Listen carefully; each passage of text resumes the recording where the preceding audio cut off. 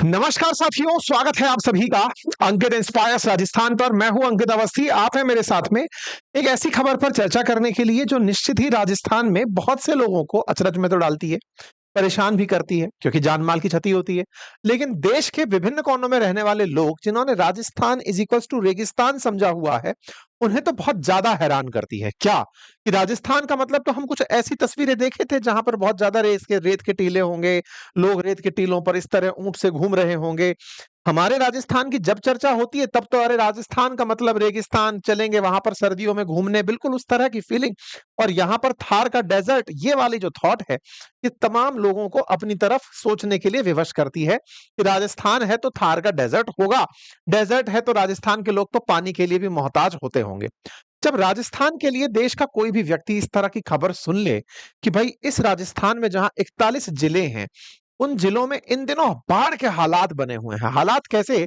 आप तस्वीर देख करके हैरान होंगे। एक व्यक्ति घर की छत पर खड़ा है, यहाँ पर आपको बहता हुआ पानी बारिश के अंदर भी भरी हुई जो बस है, ये स्कूल है वो दिखाई दे रही है। लोग टापू पर चढ़े हैं ऐसा लग रहा है। मतलब ये एनडीआरएफ की बोट से रिकॉर्ड हुआ वीडियो है जिसमें घर के ऊपर किसी मतलब प्रेमाइसेस के ऊपर चढ़े हुए लोग दिखाई दे रहे हैं। पानी के आलम को इस तरह से देख सकते हैं। यहाँ पर मोइसा करके एक जगह है जहाँ पर आप देख रहे हैं कि स्कूल पूरी तरह से जलमग्न हो चुकी है। यहाँ पर एक जगह और देख रहे हैं जहाँ सड़क पर नाव चल रही है ना? ये क्षेत्र जितने भी दिख रहे हैं ये हाड़ौती क्षेत्र हैं। एक और वीडियो वायरल हो रहा है, हालाँकि इसकी सत्यता हम प्रमाणित नहीं करते, लेकिन अगर ये सत्य है तो ये बड़ा भीषण है।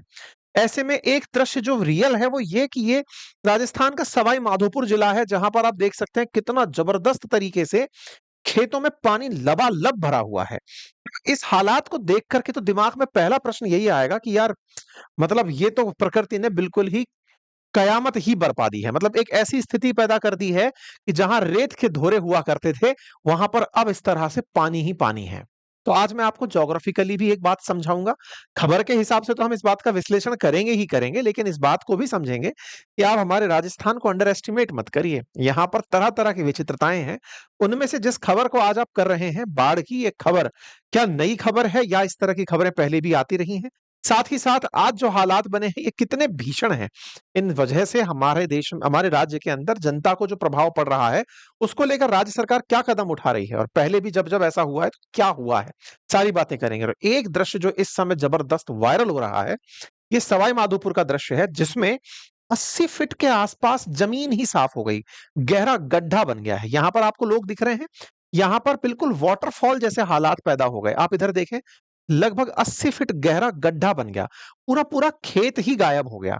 खेत गायब हो गया, ये कोई मतलब मैदान था जहाँ पर अमरूदों की खेती वगैरह हो रही थी, पूरा खेत ही एकदम गायब। ये मतलब अगर पहाड़ी क्षेत्रों में हो गया होता तो इसको बड़ी लैंडस्लाइड कंसीडर करते, क्योंकि विचारणीय तथ्य है कि ये जो पानी के झरने बह रहे हैं, ये झरने अपने साथ में पानी को 80 फीट तक मिट्टी को बहाकर ले गए। इसके बगल में बने हुए घरों के अंदर आप विचार कीजिए कि किस तरह का भाव रहा होगा, उनके अंदर कितना भय रहा होगा कि ये जो दृश्य हुआ है ये कैसे है। बहुत से दृश्य यहाँ पर आप सवाई माधोपुर का एक दृश्य देख रहे हैं जहाँ ट्रैक्टर ट्रॉली पलटती दिख रही है, सड़कें टूटी दिख रही हैं और हालात ये हैं कि रेल का जो ट्रैक है वो पानी में है। पानी के चलते ट्रेनों को 4-4 घंटे तक डिले होना पड़ रहा है। मवेशियों को ले जाती हुई एनडीआरएफ की टीम आपको तस्वीरों में दिख रही। मतलब एक तरह से कई तरह की खबरों में एक चीज है कि राजस्थान में बाढ़ है और सबसे बड़ा सरप्राइज तो ये कि रेगिस्तान में बाढ़ है। रेगिस्तान में बाढ़, राजस्थान में बाढ़ और ऐसी सारी खबरों को आज के सेशन में हम समझने का प्रयास करेंगे कि अचानक ऐसा हुआ कैसे, नंबर 1। नंबर 2, रेगिस्तान वाकई में जिन क्षेत्रों में बाढ़ आई है वहां था भी कभी या नहीं था, और इन क्षेत्रों में आज जिन बाढ़ की बात हो रही है, यहाँ पर प्रकृति ने ऐसा क्या देख लिया जो अचानक ऐसी स्थिति पैदा हुई।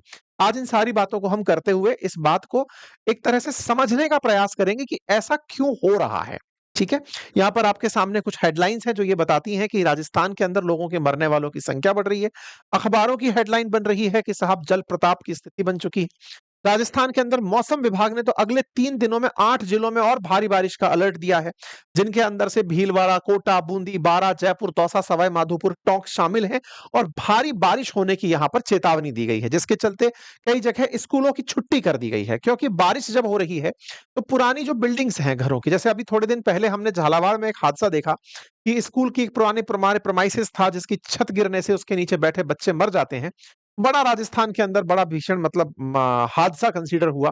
ऐसे में अगर इन बारिश के तेज हालातों के चलते पुरानी जर्जर दीवारें या फिर कोई मतलब छत गिरती है, तो अगेन ऐसा हादसा ना हो, इसलिए जहां पर लोग एकत्रित होते हैं, सामान्यतः स्कूल उनमें से सबसे प्रोन है, उनकी छुट्टी ही कर दी गई है ताकि इस तरह की स्थितियों से बचा जा सके। राजस्थान के अंदर उदयपुर की एक खबर आज ज्यादा वायरल हो रही है, जिसमें कि खान के अंदर 4 लोग बच्चे बह गए।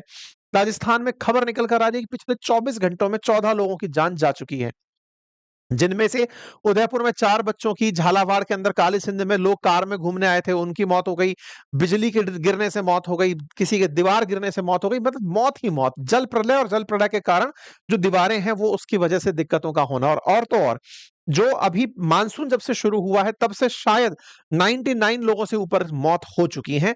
स्कूलों के हालात जो हैं वो आपके सामने छुट्टियों के रूप में हेडलाइन बनते हुए दिख रहे हैं। 25 और 26 अगस्त को अवकाश की घोषणा कर दी गई है। 91 का डेटा चल रहा है 24 अगस्त तक का कि 91 लोग मर गए। ये नंबर बढ़ रहा है और ये तो वो है जो रिपोर्टेड है। तो जब से मानसून आया है 15 जून से लेकर के 24 अगस्त के बीच में अब तक 91 लोगों की जान जा चुकी है और 792 लोगों को रेस्क्यू किया जा चुका है, बचाया जा चुका है। मतलब जब वो लोग फंस गए थे तो नेशनल डिजास्टर रिलीफ का जो फोर्स है उसने जाकर के लोगों को इस तरह बोट में निकाल निकाल कर बचाया है। रिकॉर्ड इस तरह से हैं कि 60 साल के रिकॉर्ड टूट रहे हैं, कहीं तालाब चल रहे हैं, 5000 बीघा की जमीन पे फसलें बर्बाद हो जा रही हैं। तो आइए अब समझते हैं आफ्टर ऑल ऐसा होता क्यों है। इसको समझने के लिए आपको थोड़ा सा आज के सेशन में एक तरह से ना नॉलेज वाली क्लास के अंदर एंट्री करनी होगी। आप ज्योग्राफी सीखेंगे आज के इस सेशन में, थोड़ा बेसिक तरीके से समझेंगे। जब हम राजस्थान का मैप देखते हैं तो लगभग पतंग के आकार का हमें मैप दिखाई देता है। इस मैप के अंदर अगर हम दिशाओं का अध्ययन करें तो जब भी आपको पश्चिमी राजस्थान, पूर्वी राजस्थान, दक्षिणी राजस्थान ये शब्द सुनने को मिले तो असल में वो मैप के अध्ययन का विधि है। और उस मैप के अध्ययन की विधि में राजस्थान में उत्तर की तरफ नॉर्थ, ऊपर की तरफ वाला हिस्सा नॉर्थ, राजस्थान में नहीं, इंडिया में भी यही तथ्य लागू होता है, वर्ल्ड में भी यही तथ्य लागू होता है, दुनिया में जहां भी जाएंगे तथ्य इसी तरह से पढ़े जाते हैं। ऊपर की तरफ नॉर्थ, नीचे की तरफ साउथ, राइट में ईस्ट और लेफ्ट में वेस्ट, कुछ इस तरह से ही पढ़ा जाता है। ठीक है, अब अगर मैं राजस्थान की बात करता हूं तो राजस्थान का ईस्टर्न एरिया ये हुआ, सदर्न एरिया ये हुआ, साउथ वाला एरिया इस तरह से हुआ। राजस्थान के इस मैप को आपने जब देखा तो ये भारत में कैसे दिखता है, तो आप इस पूरे एरिया को एज इट इज भारत में उठाकर ले आइए। तो भारत के मैप में आप इसको फिर से पढ़ेंगे तो ये इस तरह से आपको दिखाई दे रहा है, उत्तर, दक्षिण, पूरब, पश्चिम। अगर हम जिलों के हिसाब से बात करें तो ये जो मेजर बड़े जिले हैं जैसे जैसलमेर, बाड़मेर, बीकानेर, ये कौन सी दिशा में पड़ते चले जा रहे हैं, ये पश्चिम की तरफ पड़ते चले जा रहे हैं। और पूरब की तरफ, और अगर आप और ध्यान से देखें तो शायद आपको ना बहुत सारी स्थितियां इस मैप से ही समझ में आ जाएंगी, और वो ये कि अगर आप देखें तो पश्चिम और उत्तर इस तरफ के जिले आपको बड़े दिखाई दे रहे हैं, मतलब साइज में बड़े आकार के हैं। क्षेत्रफल जो दिखाई दे रहा है वो यहां पर बड़ा, जैसे जैसलमेर, बीकानेर, फलौदी, जोधपुर, गंगानगर, हनुमानगढ़, आकार में बाड़मेर में ये मतलब क्षेत्रफल दिखाई दे रहा है। और आप इस तरफ चलते हुए देख रहे हैं, अर्थात आप अगर पूर्व की तरफ देखें और दक्षिण की तरफ देखें तो यहां पर क्षेत्रफल जिलों का धीरे धीरे कम होता हुआ दिख रहा है, औसत अगर हम निकालें। दूसरा, ज्यादा डेंसली पॉपुलेटेड दिखाई दे रहे हैं, मतलब स्पेस वर्सेस यहां पर अगर देखें तो एक परिवर्तन दिख रहा है। ये जो अंतर है ना, असल में ये ज्योग्राफी की वजह से है, यहाँ के भूगोल की वजह से है। भूगोल की वजह से कहानी क्या है कि राजस्थान के इस पर्टिकुलर क्षेत्र में जहां पर आप ये सब देख रहे हैं, इधर बीच में से होकर के ना यूं करके आप समझिए तो एक पर्वत जाता है, और उस पर्वत श्रृंखला का नाम है अरावली पर्वत श्रृंखला। ये जो अरावली पर्वत श्रृंखला है ना, जो यहां से होते हुए और इवन थोड़ा सा और मैं इसको इस तरफ से घुमा दूं तो यह थोड़ा सा इस तरह से जा रही है। ठीक है, मतलब अगर दिशाओं के हिसाब से बात करूं तो साउथ वेस्ट से होकर के नॉर्थ ईस्ट की तरफ एक पर्वत श्रृंखला है जो यूं जाती है। अब इस पर्वत श्रृंखला को हम इस मैप में लेकर के चलते हैं, साउथ वेस्ट से लेकर के नॉर्थ ईस्ट की तरफ जाती हुई एक पर्वत श्रृंखला यूं। ठीक है, यहां पर अरावली पर्वत श्रृंखला है। अब मैं इस अरावली पर्वत श्रृंखला को अगर आपके सामने इस मैप में दिखाऊं तो थोड़ा और नीचे की तरफ अगर आप चलें तो आपको इस तरफ जहां गुजरात दिखाई दे रहा है, ये रहा गुजरात, इस गुजरात से भी थोड़ा दक्षिण की तरफ चलें तो पानी दिखाई देने लगेगा, समुद्र दिखाई देने लगेगा। ये कौन सा समुद्र है साहब? ये है अरब सागर। अरब सागर यहां पर आपको दिखाई दे रहा है, और अरब सागर से गुजरात, अरब सागर से मध्य प्रदेश, अरब सागर से राजस्थान, ये पूरा की पूरा जो क्षेत्र है, आपको अरब सागर से इस तरफ दिखाई दे रहा है। ध्यान से समझने की आवश्यकता क्या है कि यहां से आगे की जो पूरी कहानी है, ये आप पूछेंगे कि सर ये खबरों के अंदर आप ज्योग्राफी कहां से पढ़ाने लगे? कारण तो समझना जरूरी है कि अल्टीमेटली हमारे राजस्थान में जहां लोगों ने रेगिस्तान समझा हुआ है, वो कौन सा क्षेत्र है जहां रेगिस्तान दिखाई नहीं दे रहा है, जहां बाढ़ की खबरें आ रही हैं। खबरों से मेरा सेंस क्या है? आज जिन न्यूज में आप खबरों को देख रहे हैं, वो यहां से आई हुई है, कोटा से, बारा से, झालावाड़ से। वो जो हादसा सुना था वो आपने झालावाड़ में सुना था। ऐसे ही बांसवाड़ा, डूंगरपुर, प्रतापगढ़, चित्तौड़, भीलवाड़ा, टोंक, आज जिनमें सबसे ज्यादा चेतावनी दी गई है, उनके अंदर टोंक, बूंदी, सवाई माधोपुर, जहां 80 फीट जमीन मिट्टी कट गई है, ये वो पूरे क्षेत्र हैं जिनके अंदर ये तरह की टेंशन दी गई है। इधर टोंक, जयपुर, ये क्षेत्र, और धीरे धीरे फिर आप और आगे चलते चले जाएंगे तो इस दिशा में आप देखेंगे तो आप क्या पा रहे हैं, जहां बारिश की चेतावनी है वो अरावली के पूरब और दक्षिण के क्षेत्र में बसे हुए जिले हैं। इन जिलों के अंदर बारिश की चेतावनी दी जा रही है। एक तरह से अगर आप इस बात को, अगर आप ज्योग्राफी के विद्यार्थी नहीं भी हैं, तो भी अगर आप समझें तो आप ये चीज पाएंगे कि जिस तरफ पर्वत से अरब सागर वाली साइड है, उस तरफ बाढ़ के हालात की सूचना सुनने को मिल रही है। ऐसा क्यों होता है, अब यह बहुत आसानी से समझा जा सकता है। आप सभी को मानसून के बारे में तो जानकारी है ही। मानसून का शाब्दिक अर्थ है सीजनल रिवर्सल ऑफ एयर, मतलब कि हवा का समय के साथ, ऋतुओं के साथ बदल जाना। तो मानसून में असल में हो क्या रहा है कि जो हमारी जल वाष्प आ रही है अरब सागर से उठ करके, जो कि कम नमी के कारण या कम दाब के कारण लैंड की तरफ चलकर आ रही है। क्यों होता है ऐसा, ये भी थोड़ी सी ज्योग्राफी में समझ लेते हैं। पानी और जमीन की अगर एक साथ तुलना की जाए कि ज्यादा जल्दी कौन गर्म होता है, तो जमीन पर हवा जो है वो जल्दी गर्म होती है। पानी के ऊपर की हवा थोड़ा लेट गर्म होती है। क्यों? क्योंकि वहां पर वेपर को पूरी तरह से अपनी अवस्था परिवर्तित करनी होती है। वेपर बनने के लिए जल से गैस में बदलना है, तो उसकी अवस्था परिवर्तन की एक लेटेंट ऊष्मा है, जो ऊष्मा परिवर्तन के लिए समय लेती है। लेकिन जमीन के ऊपर की हवा को बस गर्म होकर ऊपर उठना होता है। तो होता यह है कि जब गर्मियां चल रही होती हैं, गर्मियों में उत्तर भारत के अंदर जो हवा है वो हल्की होकर ऊपर उठने लगती है। हवा उठ गई, ऊपर हवा जब उठी और धीरे धीरे क्षोभ मंडल की तरफ बढ़ने लगती है, पानी के ऊपर की जो हवा है, जो कि अभी उठने में देरी कर रही है क्योंकि उसको समय लग रहा है गर्म होकर के ऊपर लिफ्ट होने में, वो अपने आप को बड़ा भारी महसूस करती है। और हवा का सिद्धांत क्या है कि ये उच्च ताप से, यानी कि उच्च दाब से, प्रेशर से निम्न दाब की तरफ, यानी कि लो प्रेशर की तरफ बहने लगती है।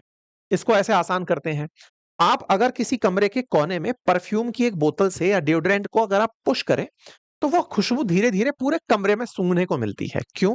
भले ही आपने एक कोने में उसको छिड़का हो, पूरे कमरे में उसके जाने का बड़ा रीजन होता है कि जहां कॉन्सेंट्रेशन ज्यादा थी, ज्यादा सांद्रता थी, वहां से कम सांद्रता की तरफ फैलना शुरू हो गई है। एग्जैक्टली ऐसे ही समुद्र के अंदर जो हवा थी वो उच्च दाब वाली थी।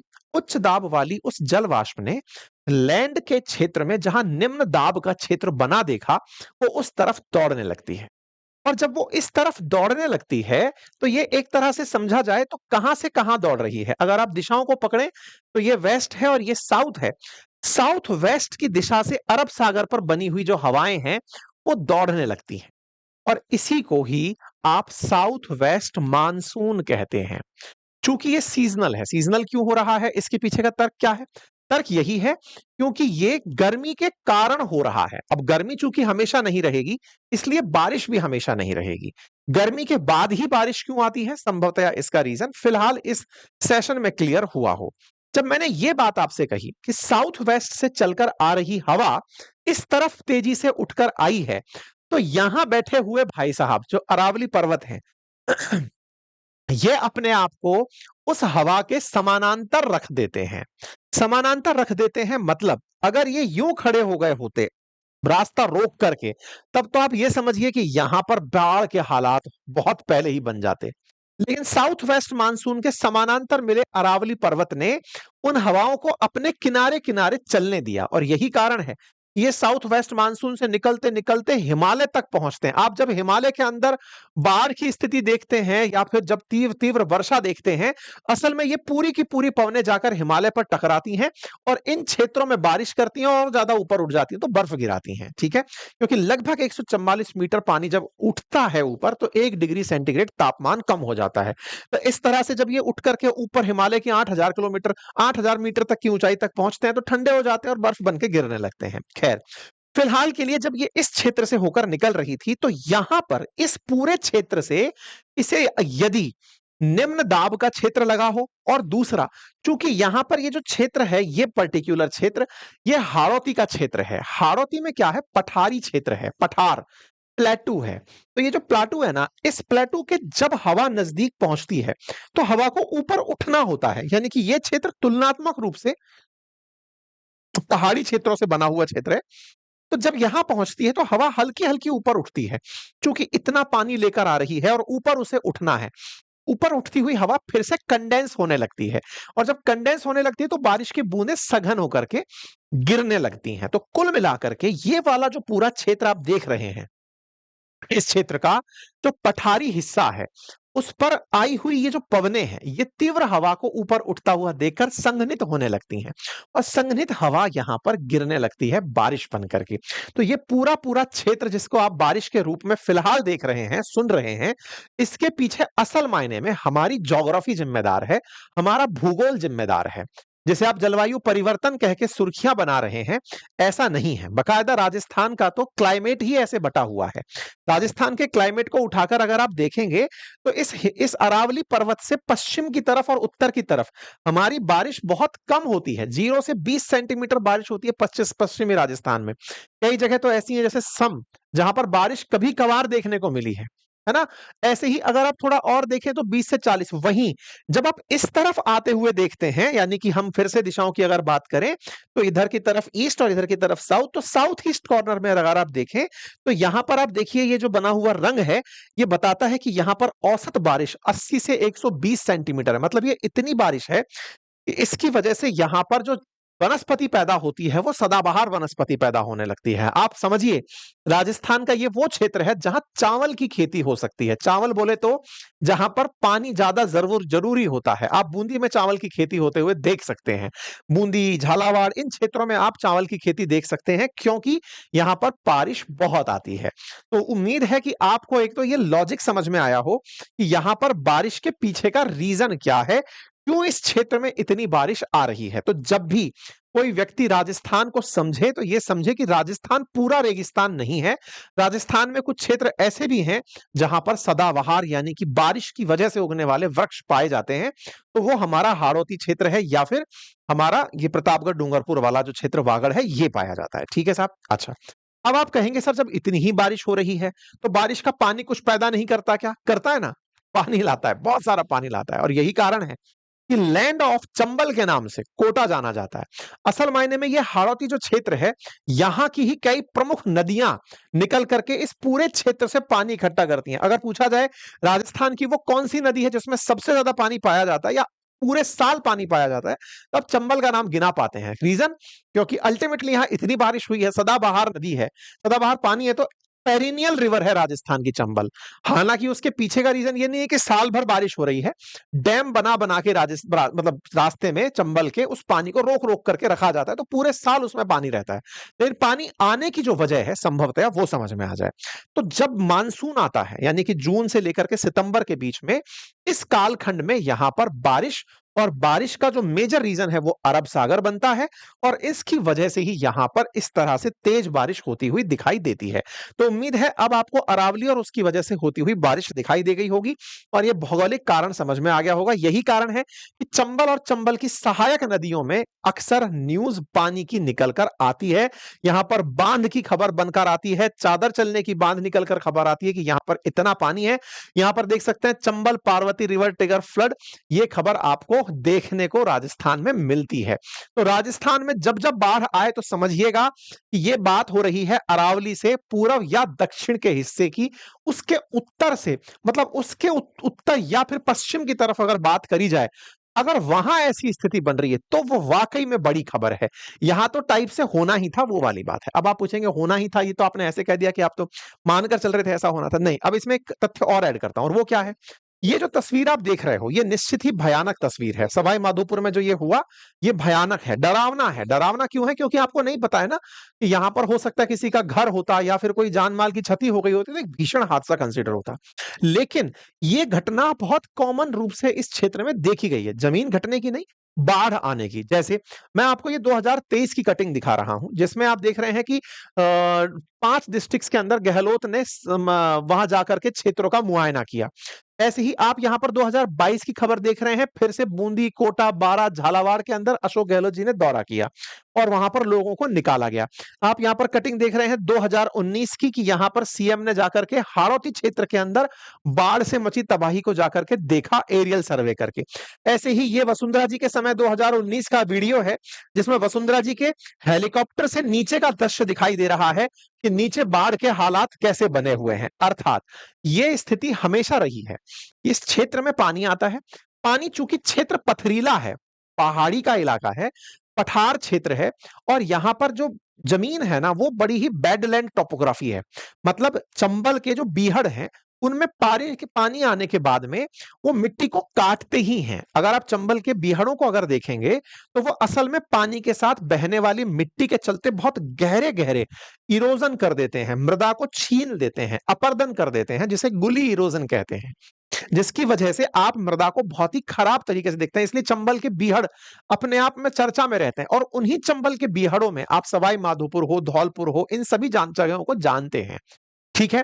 तो उम्मीद है कि अब आपको ये समझ में आए कि जिन जगहों पर फिलहाल चर्चा हो रही है, चाहे पहले चर्चा रही है, वो सभी चर्चा हाड़ौती क्षेत्र में या फिर बांसवाड़ा डूंगरपुर क्षेत्र में रही है। उनके पीछे का मैंने रीजन बताया। तो उम्मीद है कि आपको बाढ़ में अचानक कोई प्रकृति की नाराजगी नजर ना आए, बल्कि ये नजर आए कि इन क्षेत्रों में ऐसा होता है। अब कर क्या सकते हैं?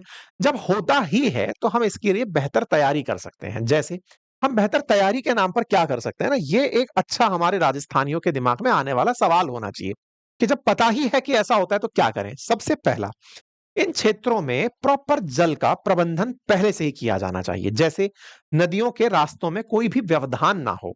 जिन रास्तों से नदियां गुजरती हैं, वहां पर पुलों की मरम्मत बारिश के सीजन से पहले कर दी जाए। इन पर्टिकुलर क्षेत्र में 8-10 जिले कुल मिलाकर हैं, 15 जिले पकड़ लीजिए। इन क्षेत्रों के अंदर बारिश के सीजन आने से पहले सरकारी संरचनाओं का प्रॉपर मुआयना कराया जाए। मतलब सरकारी स्कूल, अस्पताल, दीवारें, पुरानी इमारतें, उन सबका मुआयना, सर्वे कराया जाए, ताकि हादसों की संख्या को घटाया जा सके। और क्या किया जा सकता है? इन सभी क्षेत्रों के पानी को संगठित संरक्षित करने का प्रयास किया जाए।